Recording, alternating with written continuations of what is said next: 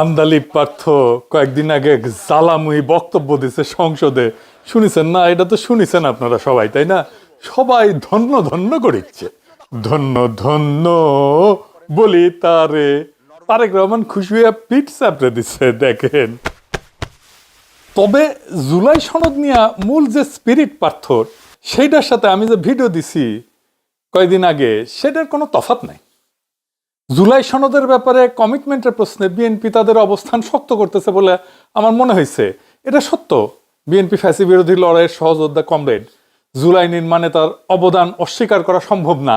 আমাদের সকলের শরীরে মনে আমরা প্রত্যেকেই ফ্যাসিবাদের চিহ্ন বহন করতেছি, বিএনপি এর বাইরে না।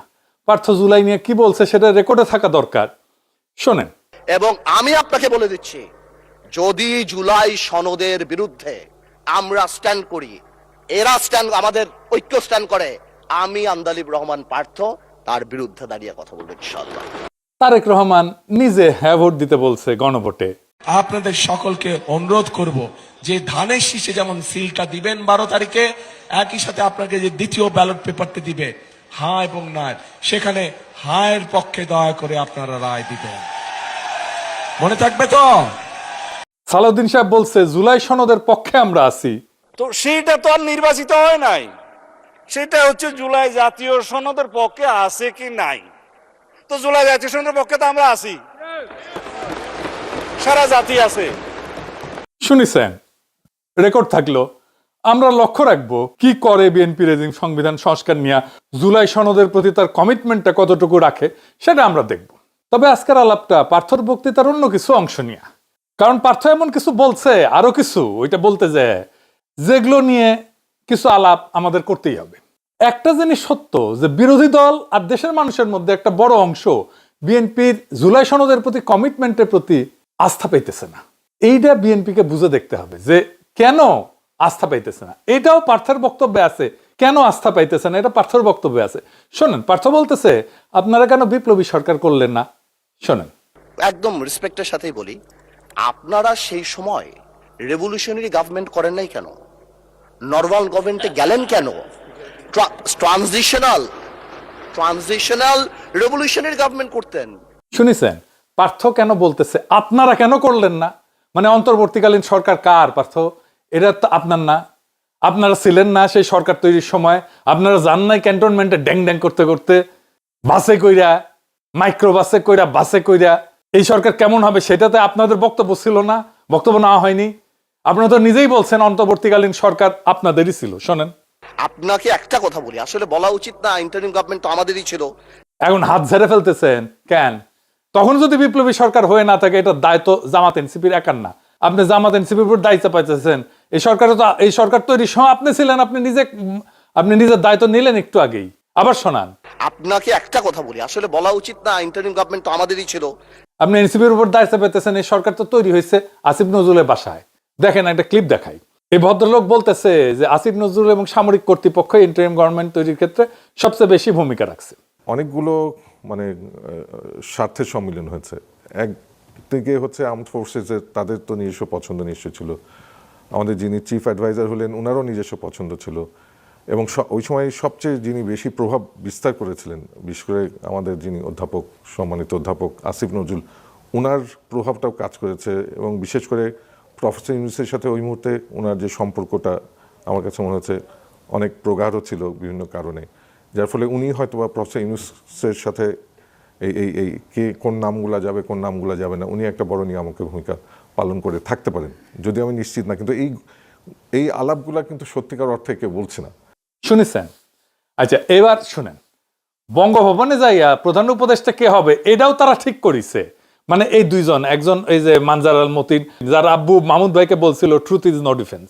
শুনেন, কিন্তু আমার কাছে এই মুহূর্তে মনে হচ্ছে যেদিন আমরা বঙ্গভবনে গেলাম 6 আগস্ট, তখন বিশেষ করে আমাদের একটা বড় দায়িত্ব ছিল, আমাদের যে নতুন সরকার হবে সেই সরকারের প্রধান কে হবেন, অন্তর্বর্তী সরকারের। তো সেটা একটা কাজ ছিল, যেই কাজটা আমরা বোধহয় 6 থেকে 7 ঘন্টা লেগেছিল সম্পূর্ণ করতে, এবং দীর্ঘ সময় আমাদেরকে বঙ্গভবনে থাকতে হয়েছিল। আমি যদি ভুল না করি সেই দিনটা ছিল 6 আগস্ট, এবং এটার পেছনে আপনারও কিছু অবদান ছিল, বিশেষ করে বঙ্গভবনে যাওয়া কিংবা না যাওয়া নিয়ে। শুনেছেন? আচ্ছা বলেন তো, এই লোকটার চিনেন আপনি? সাদা চুল, ঢাকা ইউনিভার্সিটি প্রফেসর। সে নিজেই বলছে সে একটা নিরাপদ জীবন চায়, সিভিল সোসাইটি নিরাপদে থাকতে চায়। শুনেন, সিভিল সোসাইটির অনেকেই যারা নেতৃত্ব ছিল, তার মধ্যে আমিও নিশ্চয়ই আছি। সিভিল সোসাইটি তো সবসময় একটু নিরাপদেই থাকতে চায় সামাজিকভাবে। তো মাস্টার তুমি তাইলে এর মধ্যে ঢুকো কেন বাপ? কেন বিশ্ববিদ্যালয়ের শিক্ষকদের ওই জায়গায় যাইতে হবে? সরকার কেমন হবে সেটা ঠিক করতে হবে কেন? সে যে কয়টার নাম বলিছে, ওখানে কারা কারা গেছিল বঙ্গভবনে, আপনারা জানতেন যে এরকম ইউনিভার্সিটির মাস্টাররা গেছিল? এদেরকে নাহিদ নিয়ে গেছে, ওই সেই বলতেছে নাহিদ নিয়ে গেছে। বিশেষ করে সেই সময় প্রথম যোগাযোগটা করেছিল নাহিদ, যে স্যার আপনাদেরকে যেতে হবে, আপনারা একজন যাবেন। এই যে কয়টা টিচার গেছিল সব কয়টা আলট্রা সেকুলার লেফট, আমি তাদের নাম বলতেছি না। তাহলে বুঝেন এই ট্রানজিশনটা কেমনে ম্যানেজড হয়েছে, কেমনে এই সরকার তৈরি হয়েছে। সরকার তৈরির দায় তো এদের। তারপরে মানুষের মনে কেন সন্দেহ আছে জানেন? সংবিধান সংস্কার কমিশন এগুলো তো বিএনপির দফা। বিএনপির 31 দফার প্রথম দফা কি ছিল? এডিটর সাহেব দেখান। দফা 1, সংবিধান সংস্কার কমিশন গঠন। একটি সংবিধান সংস্কার কমিশন গঠনের মাধ্যমে বিতর্কিত ও অগণতান্ত্রিক সংশোধনীয় পরিবর্তন পর্যালোচনা করে প্রয়োজন অনুযায়ী বাতিল বা সংশোধন করার কথা জানানো হয়। সংবিধানে গণভোট ব্যবস্থা পুনঃপ্রবর্তন করে জনগণের গণতান্ত্রিক অধিকার পুনঃপ্রতিষ্ঠা করার কথা বলা হয়। তো সংবিধান সংস্কার কমিশন কই আপনার? 1 নম্বর দফা তো ছিল আপনার 31 দফা, এটা আপনাদের।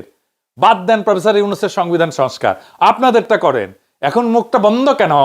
এই যে পার্থ সাহেব, বলেন তো কি বলছিলেন 31 দফার 1 নম্বরে? বাড়ি কোথায় গোপালী? আপনার মুখটা এখন বন্ধ কেন বলেন তো? কি বলছিলেন এতক্ষণ ধরে? মুখটা বন্ধ কেন এখন? দেশ কোথায় গোপালী? দেখেছেন, খালেদা জিয়াও একই কথা কয়। পার্থ কইছে এনসিপি কে আপনারা জেন জি কে রিপ্রেজেন্ট করেন, আপনারা জামাত জেনারেশন হইয়েন না। শুনেন, আর এনসিপি যে আমাদের দল, আমাদের হিরোরা যারা যুদ্ধ করেছেন, যারা এখানে আছেন, তাদেরকে বলে দিই আপনারা জেনজি কে রিপ্রেজেন্ট করেন, জামাত জেনারেশন হয়ে যান না। আপনারা তো বাংলাদেশে জাতীয়তাবাদী রাজনীতি করেন, বাকশালী হয়ে যায় না। আওয়ামী লীগের সমর্থন নিয়ে তো ক্ষমতায় আসিছেন।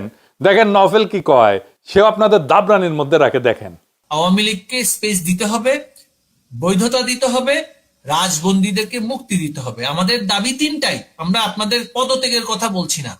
প্রক্রিয়া যাই হোক, আপনার পারফরমেন্স দেখতে চাই। পারফরমেন্স আপনি সংসদে দেখান, রাষ্ট্র পরিচালনার ক্ষেত্রে দেখান। আমরা আপনার সাথে মৌন সমর্থন দিয়েছি বলেই আপনি ক্ষমতায় এসেছেন, আপনি ভুলে যাবেন না। এই সমর্থন সরে গেলে কিন্তু আপনার ক্ষমতা আর থাকবে না। শুধু নভেল না, বাকশালের কাছে ভোট চাই নিছেন, কান্নাকাটি করে হাত পা ধরে হাসিনাই বলছে। শুনেন, বিএনপির অবশ্য অনেক প্রার্থী আমাদের আওয়ামী লীগের নেতা কর্মীর কাছে হাত পা ধরেছে, ধর্ণা দিয়েছে জামাত ঠেকানোর জন্য। দয়া ধর্ম করে তারা ভোটও দিয়েছে। ক্ষমতায় যেতে না যেতে তাদের চেহারা পাল্টে গেছে। হ্যাঁ সত্য নাকি পার্থ?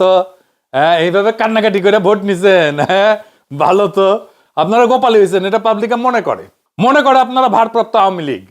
সংবিধানকে ছুঁড়ে ফেলা দেয়া পার্থ খুব বিলাস। সে বলতেছে সংবিধান কি মনে করায় দেয় এটা 71-এর পরাজয়ের দলিল। শোনেন, এই যে একটা প্রক্রিয়া, সংবিধানকে ছুঁড়ে ফেলে দাও, সংবিধানকে ছুঁড়ে ফেলে দাও। সংবিধানকে ছুঁড়ে ফেলবো কেন? সংবিধানকে মনে করায় দেয় যেটা 71-এর পরাজয়ের দলিল। আমি সংবিধান কেন ছুঁড়ে ফেলে দেব? এই সংবিধান দিলে গাত্রদাহ কেন হবে? এত গায়ে লাগবে কেন? If I don't like it, there are relevant provisions within the constitution যে আমি পরিবর্তন করতে পারি। আমার দরকার কি? পার্থ সংবিধান ছুঁড়ে ফেলে দেওয়ার কথা বলে যে 71-এর পরাজয়ের দলিলের কথা মনে করায় দেয়। আচ্ছা পার্থ শুনেন, এই সংবিধানকে ব্যবহার করে বারবার মানুষের উপর অত্যাচার করা হয়েছে। সুতরাং এই সংবিধান যেই সংবিধান মানুষের কথা বলে না, সংবিধান যেই সংবিধানে মানুষের ইচ্ছার প্রতিফলন হয় না, মানুষের ভবিষ্যৎ দেয় না, মানুষের প্রোটেকশন দেয় না, সেই সংবিধানকে মানুষ ছুঁড়ে ফেলে দেবে। এটা কার কথা? আপনারই কথা তো, এখন মুখটা বন্ধ কেন? এই যে পার্থ সাহেব, বলেন তো কি বলছিলেন সংবিধান ছুঁড়ে ফেলে দেওয়া নিয়ে? বাড়ি কোথায় গোপালী? আপনার মুখটা এখন বন্ধ কেন? বলেন তো কি বলছিলেন এতক্ষণ ধরে? মুখটা বন্ধ কেন এখন? দেশ কোথায় গোপালী? আচ্ছা এইবার আসেন, খালেদা জিয়া নিজে কি বলছিল সংবিধান ছুঁড়ে দেওয়ার ব্যাপারে, দেখেন। এই সংবিধান হলো আওয়ামী লীগের একটি ইশতেহার। এই সংবিধানকে যেই দিন জনগণের সরকার আসবে সেই দিন এই সংবিধানকে ছুঁড়ে ফেলে দেওয়া হবে। এই সংবিধান শুনিছেন? তাহলে কি খালেদা জিয়ার ৭১-এর পরাজয়ের ইতিহাস মনে পড়ে যায় পার্থ? তাই তো হয়। ওই সংবিধান তো বাংলাদেশের পরাজয়ের দলিল। ওই সংবিধান কে লিখছে? বাংলাদেশের সংবিধান পরিষদ। জানেন তো কিভাবে সংবিধান লেখা হয়? সারা দুনিয়ায় সংবিধান সভার নির্বাচন হয়, সংসদ নির্বাচনের মতো। তাদের পাবলিকে ভোট দেয় শুধু সংবিধান রচনার জন্য। পাকিস্তানের সংবিধান রচনার জন্য যে সংসদ নির্বাচন হয়েছিল 1970 সালে, সেই নির্বাচনে শরীয়তের বডিগার্ড বিজয়ী হয়েছিল। যারা পাকিস্তানের সংবিধান রচনার জন্য নির্বাচিত হয়েছিল তারাই স্বাধীন বাংলাদেশের সংবিধান রচনা করে। ওটা তো স্বাধীন বাংলাদেশের সংবিধান না, ওটা পাকিস্তানের সংবিধান। স্বাধীনতার ঘোষণাপত্রে লেখা আছে সাম্য, মানব সত্তার মর্যাদা আর ইনসাফ। এইটা দিয়ে আমরা দেশ গড়বো, এটা থাকবে আমাদের মূল নীতি, রাষ্ট্রের মূল নীতি। কেন নাই এইগুলা? একটাও নাই এই ৭২-এর সংবিধানে। কেন এর মধ্যে সাম্য নাই? কেন এর মধ্যে মানব সত্তার মর্যাদা নাই? কেন এর মধ্যে ইনসাফ নাই আমাদের মূলনীতি হিসাবে? কেন নাই ৭২-এর সংবিধানে? আপনি যুদ্ধ করতেছেন, যুদ্ধে যেতে আপনি কেমন ধরনের রাষ্ট্র করবেন এটাই তো ঘোষণাপত্র। আপনি সেই ঘোষণাপত্র লিখছেন, আপনি বলছেন আমি সাম্যের বাংলাদেশ গড়ব, আমি মানব সত্তার মর্যাদা থাকবে সেইখানে, আপনি বলছেন আর ইনসাফ থাকবে সেইখানে, সেই বাংলাদেশে। সেটা হবে আমাদের মূলনীতি। আপনি একটাও রাখলেন না, একটাও না ৭২-এর সংবিধানে। কেন? ওটা কেমনে স্বাধীন বাংলাদেশের সংবিধান হয়? পাকিস্তানের সাথে মিলাই দেখেন বাংলাদেশের সংবিধান, মিল আছে। ওই ৭২-এর সংবিধানের মিল আছে পাকিস্তানের সংবিধানের সাথে। জরুরি আইনের ভাষা, মৌলিক অধিকার রদ করা থেকে শুরু করে রাষ্ট্রধর্ম, সংসদের উপর দলীয় নিয়ন্ত্রণ, প্রস্তাবনার রাজনৈতিক এবং আধ্যাত্মিক ভাষা, রাষ্ট্রের সাংবিধানিক পরিচয়, সব পয়েন্টে পয়েন্টে মিল। আচ্ছা পার্থ, এই সংবিধান তো আপনার প্রিয় কোনো জিনিস ছিল না। আপনি তো ৭২-এর সংবিধান যে আওয়ামী লীগের রক্ষিতা ছিল সেটা তো আপনিও কইছিলেন। আপনি তো নিজেই বলছিলেন এই সংবিধানকে জনগণ ছুঁড়ে ফেলে দিবে। তা আপনি কেন এখন এটা নিয়ে দিওয়ানা হইলেন? শোনেন আপনি কি বলছিলেন। এই সংবিধানকে ব্যবহার করে বারবার মানুষের উপর অত্যাচার করা হয়েছে। সুতরাং এই সংবিধান যেই সংবিধান মানুষের কথা বলে না, সংবিধান যেই সংবিধানে মানুষের ইচ্ছার প্রতিফলন হয় না, মানুষের ভবিষ্যৎ দেয় না, মানুষের প্রোটেকশন দেয় না, সেই সংবিধানকে মানুষ ছুঁড়ে ফেলে দেবে। শুনেছেন পার্থ কি কইছিলেন? এবার সংসদে কি কইছে পার্থ, এডিটর সাহেব আবার শোনান। এই যে একটা প্রক্রিয়া, সংবিধানকে ছুঁড়ে ফেলে দাও, সংবিধানকে ছুঁড়ে ফেলে দাও। সংবিধানকে ছুঁড়ে ফেলবো কেন? সংবিধানকে মনে করায় দেয় যেটা ৭১-এর পরাজয়ের দলিল। আমি সংবিধান কেন ছুঁড়ে ফেলে দেব? এই সংবিধান দিলে গাত্রদাহ কেন হবে? এত গায়ে লাগবে কেন? If I don't like it, there are relevant provisions within the constitution যে আমি পরিবর্তন করতে পারি। আমার দরকার কি? আচ্ছা, মির্জা ফখরুল সংবিধান নিয়ে কি বলছিল শুনেন। কোন সংবিধান? এটা আওয়ামী লীগের তৈরি করা সংবিধান, তার নিজের স্বার্থে, দলের জন্য। এই সংবিধানকে কেটে আর ১/৩ তারা করেছে শুধু একজন ব্যক্তির জন্য, এবং যেখানে কোনো প্রশ্ন করা যাবে না, করছেন, এবং এটা কোনোদিনই নাকি পরিবর্তন করা যাবে না। সংবিধান তো মানুষের জন্য, সংবিধান তো কোনো ব্যক্তির জন্য নয়। সেই মানুষের সংবিধান তারা নষ্ট করে ফেলেছে। শুনেছেন? মানে এদের কথার কোনো ঠিক নাই।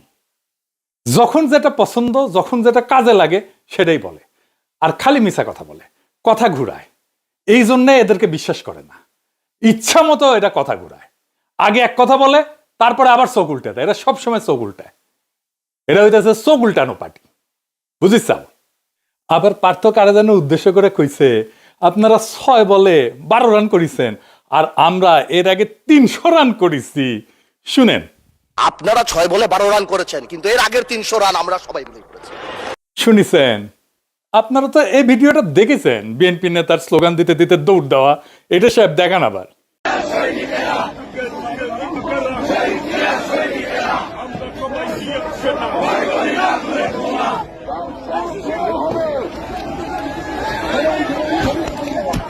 দেখেছেন? কেউ জানতেন যে কেন দৌড় মারিচ্ছে? ওই পার্থ আজকে গলে কয়া দিল 300 রান করা লাগবি না, ওই জন্য দৌড় মারিছে। বিএনপির দৌড়ের উপরে রেখা তাহলে হাসিনা ভালোই করেছে, রান বেশি উঠেছে। দৌড় মারাটাই ওদের কাছে আন্দোলন। আপনারা ঈদের পরে আন্দোলন আন্দোলন শুনেছিলেন না? খালি ঈদের পরে তীব্র আন্দোলনের ডাক দিত মির্জা ফখরুল কেসি গেটের মাঝখানে বসে।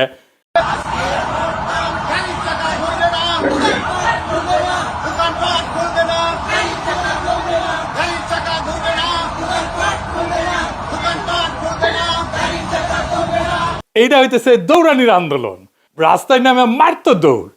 17 বছর এই আন্দোলন করে যে কিছু করতে পারে নাই, সেটা পার্থ নিজের মুখে বলেছিল, শোনেন। এবং তরুণ প্রজন্মের একটি বড় অংশ তারা কিন্তু এই পরিবর্তনের জন্য ভূমিকা রেখেছে। তাদের উদ্দেশ্যে আপনার কি বলা থাকবে এবং তাদের জন্য আপনার চ্যাম্পিয়ন তারা তো তাদের এই রক্তের উপরে দিয়ে তো আজকে আমরা এই স্বপ্ন দেখছি। আমরা যেখানে 17 বছর আন্দোলন করে কাঙ্ক্ষিত লক্ষ্যে পৌঁছাতে পারিনি, সেই জিনিসটা তারা করেছে এবং এই কারণে জাতি সবসময় তাদেরকে স্মরণ রাখবে। এবং আমরাও আমাদের জায়গা থেকে তাদের পাশে দাঁড়িয়েছি, তার কারণে আমরা কারাবরণ করেছি, আজকে বের হয়ে আসছি। এখন আমাদের দায়িত্ব তরুণ আমরা যারা সবাই আছে, সবাই মিলে এই দেশকে এমন একটা প্ল্যাটফর্ম দিব যাতে ভবিষ্যৎ প্রজন্ম ভালোভাবে দেশ চালাতে পারে। শুনেছেন, চ্যাম্পিয়ন কইছিল তখন পার্থ, আর আজকে কইতেছে 300 রান করেছে আগে। শুধু কি তাই, মেজর হাফিজ যারা স্পিকার বানায়, যারা উদ্দেশ্য করে সংসদে কথা বলে পার্থ, সে নিজেও বলেছিল কি, শুনেন। যদি আরো 10 বছর সংগ্রাম করতাম, এই স্বৈরাচারী সরকারকে, যারা সেনাবাহিনীর অস্ত্র নিয়ে, মারণাস্ত্র নিয়ে নিরস্ত্র মানুষের উপর ঝাঁপিয়ে পড়ে, এটা তো সরানো তো সম্ভব ছিল না। আমি ধন্যবাদ জানাতে চাই এই লড়াকু ছাত্র সমাজকে, বৈষম্য বিরোধী ছাত্র সমাজ, তারা ইতিহাস সৃষ্টি করেছে। শুনিছেন, গাং পার হইলে মাঝিকন চুদির ভাই, তাই না? এখন মুখটা বন্ধ কেন? এই যে পার্থ সাহেব, বলেন তো কি বলছিলেন 300 রান করা নিয়ে? বাড়ি কোথায় গোপালী? আপনার মুখটা এখন বন্ধ কেন বলেন তো? কি বলছিলেন এতক্ষণ ধরে? মুখটা বন্ধ কেন এখন? দেশ কোথায় গোপালী?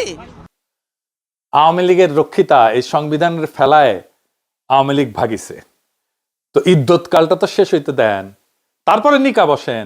এত প্রেমে দিওয়ানা হয়ে ইদ্যৎকাল শেষ হওয়ার আগেই নিকা বসিলেন? ইদ্যৎকালের তো একটা মেডিকেল রিজন আছে। 72 সংবিধানে পেটের তো বাকশালের বীজ আছে, ওই পোলা তো পেটের মধ্যে আছে, ফ্যাসিবাদের বীজ আছে, ওইটা থেকে বাকশালী বের হবে, পয়দা হবে ফ্যাসিবাদী। আপনি ভারপ্রাপ্ত ভাদারি হয়ে থাকবেন। 72 সংবিধান শুধু রাজনৈতিক স্মারক না, এটা ইনস্টিটিউশনাল ফেইলিওরের উৎস। তবে পার্থ, একটা জিনিস বুঝলাম না, আপনি যেমন সংবিধানের বিরুদ্ধে কইছিলেন, ঠিক তেমনি আন্তর্জাতিক খ্যাতি সম্পন্ন বাটপার বিকাশ নুরাও কিন্তু কইছিল, শুনেন।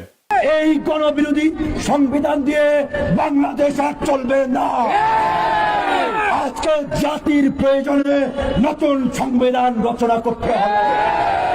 বিকাশ নুরা মন্ত্রী হইল, আপনি কেন হইলেন না? এই 72 সংবিধানে পড়তে পড়তে লুকায় আছে ফ্যাসিবাদ। এই সংবিধানে জন্ম দিছিল হাসিনার ফ্যাসিবাদ। বাংলাদেশে আরবারও ফিরে আসবে ফ্যাসিবাদ যদি এই 72 সংবিধান থাকে। যে সংবিধান 55 বছর আগে লেখা হয়েছিল, সেই সংবিধান কি আজকের কমপ্লেক্সিটি এটা ধারণ করতে পারে? আজকের দুনিয়ার সমস্যাকে সমাধান দিতে পারে? আমি একটা উদাহরণ দিই। আপনি আইনজীবী, ব্যারিস্টার, আপনি এটা জবাব দেবেন আমাকে। এই সংবিধান যে কত জঘন্য, কত অপূর্ণ, কত ধ্বজভঙ্গ আমি দেখে দিতেছি। বাংলাদেশের সংবিধানে কোনো পৃথক সাংবিধানিক আদালত নাই। সাংবিধানিক আদালত কেন লাগবে? কারণ সংবিধান ব্যাখ্যা এবং রক্ষার দায়িত্ব সাংবিধানিক আদালতের। এই ব্যাখ্যা এবং রক্ষার দায়িত্ব আমি দিয়ে দিছি সুপ্রিম কোর্টকে। কিন্তু যেই সুপ্রিম কোর্টের বিচারপতি নিয়োগ পায় রাষ্ট্রপতির মাধ্যমে, যিনি প্রধানমন্ত্রীর পরামর্শে কাজ করে, তার মানে কি? তার মানে বিচারপতি তো আমার নিয়োগ করার চাকর। জার্মানি, দক্ষিণ কোরিয়া, দক্ষিণ আফ্রিকা, বহু দেশে পৃথক সাংবিধানিক আদালত আছে, যেখানে বিচারপতি নিয়োগের নির্বাহী বিভাগের হস্তক্ষেপ থাকে না। বাংলাদেশে এই সুরক্ষা নাই। ফলাফল, বিচার বিভাগ নির্বাহী বিভাগের উপর নির্ভরশীল হয়ে পড়ছে। সংবিধান রক্ষার দায়িত্ব যাদের উপরে, তারা নিজেরাই সংবিধান লঙ্ঘনকারী নিয়োগ করা। আপনি যা সাংবিধানিক আদালত ঢুকাইতে পারবেন সংবিধান সংশোধন করে? এই সংবিধানে বলেন তো কতগুলো জায়গায় আপনার সংশোধনী আনতে হবে? চিন্তা করে দেখছেন একবার? আপনি তো ব্যারিস্টার। পুরা কনস্টিটিউশনের ডিজাইনটাই হাইকোর্ট ডিভিশন, অ্যাপিলেট ডিভিশনকে কেন্দ্র করে লেখা। ফলে আলাদা সাংবিধানিক আদালত আনতে গেলে সংবিধানের ভেতরে টুকরা টুকরা জোড়াতালি দিতে হবে অনেকগুলো জায়গায়। আমি হিসাব করে দেখছি 12 থেকে 14টা জায়গায়। আর্টিকেল 44 থেকে শুরু করে 111, 152 থার্ড শিডিউল পর্যন্ত ছড়ায় থাকা ধারাগুলো সাইটে বদলে পুনর্লিখন করতে হবে, একেবারে আলগা পাঁচতলা চেঞ্জ করতে হবে। আর্টিকেল 44 বদলাইতে হবে, 94 বদলাইতে হবে, আর্টিকেল 95 বদলাইতে হবে, আর্টিকেল 96 বদলাইতে হবে, আর্টিকেল 104 বদলাইতে হবে, 105 বদলাইতে হবে, 6 বদলাইতে হবে, আর্টিকেল 98 বদলাইতে হবে, আর্টিকেল 101 বদলাইতে হবে, 102 বদলাইতে হবে, প্রায় নতুন করে লিখতে হবে আর্টিকেল 103, 104, 105, 106, 107, 108, 109, 110, 111 এগুলো সব বদলাইতে হবে। আর্টিকেল 152 বদলাইতে হবে, থার্ড শিডিউল হাত দিতে হবে। আর্টিকেল 148 পুরো আবার পুনর্লিখন করতে হবে, পুরো প্রথম আগা পাঁচতলা 12টা থেকে 14টা মূল অনুচ্ছেদকে আমূল বদলাইতে হবে। এর নতুন সংবিধান লেখা সহজ নাকি? বলবেন এখন সাংবিধানিক আদালতের দরকার নাই। আপনারা বলেন সংসদ মহান, সংসদ সার্বভৌম। না, সংবিধান ব্যাখ্যা আর রক্ষা করার দায়িত্ব সুপ্রিম কোর্টের। আপনার কিসের সার্বভৌম? বাংলাদেশে তো জুডিশিয়াল অটোক্রেসি আছে সব সময়, সবার উপরে আদালত, অনির্বাচিত বিচারকদের রাহাজানি চলে সব সময় সংবিধানের উপরে। কথা খুব সোজা, যে সংবিধান বারবার স্বৈরতন্ত্রের জন্ম দেয়, যে কাঠামো ফ্যাসিবাদ থাকিতে পারে না, যে ব্যবস্থায় জনগণের ভোটের উপরে দল, দলের উপরে নেতা, আর নেতার উপরে আর কেউ থাকে না, সেই ব্যবস্থা রক্ষা করাকে আমি কোনো প্রজ্ঞা বলে মনে করি না, কাপুরুষতা বলে মনে করি, প্রতারণা বলে মনে করি। আজ যারা 72-এর সংবিধানের প্রেমে হাবুডুবু খাইতেছেন, তাদের মনে রাখা দরকার এই সংবিধান কোনো পবিত্র ধর্মগ্রন্থ না, এইটা একটা রাজনৈতিক দলিল। আর জনগণ চাইলে রাজনৈতিক দলিল বদলায়, ছুঁড়ে ফেলে, নতুন করে লেখে। তাই প্রশ্ন একটাই বিএনপিকে, আপনারা কি মৃত কাঠামোর পাহারাদার হয়ে থাকবেন নাকি সত্যিকারের নতুন বাংলাদেশের ভিত্তি লিখবেন? কারণ জোড়াতালি দিয়ে রাষ্ট্র বাঁচে না। নতুন রাষ্ট্র করতে হলে নতুন সাহস লাগে, নতুন রাষ্ট্র করতে গেলে নতুন সংবিধান লাগে। 72-এর সংবিধান 1973 থেকে শুরু করে 2026-এর বাংলাদেশি উপহার দেবে আপনাদেরকে। আবার একই জিনিস ঘটবে, সংবিধানই তো রাষ্ট্র বানায়। আপনি তো আগের সংবিধান রাখছেন, তাহলে আগের রাষ্ট্রও থাকবে। আগামীর বাংলাদেশ আর বানাইতে পারবেন না। আমরা নতুন সংবিধান লিখবো, আজ বা কাল, একদিন না হয় আর একদিন। নতুন সংবিধান ছাড়া বাংলাদেশ আজাদ হবে না, বাংলাদেশের মানুষের আজাদি আসবে না। আমাদের আজাদ হওয়া দরকার, আমাদের আজাদি দরকার। আজাদি জিন্দাবাদ, ইনকিলাব জিন্দাবাদ।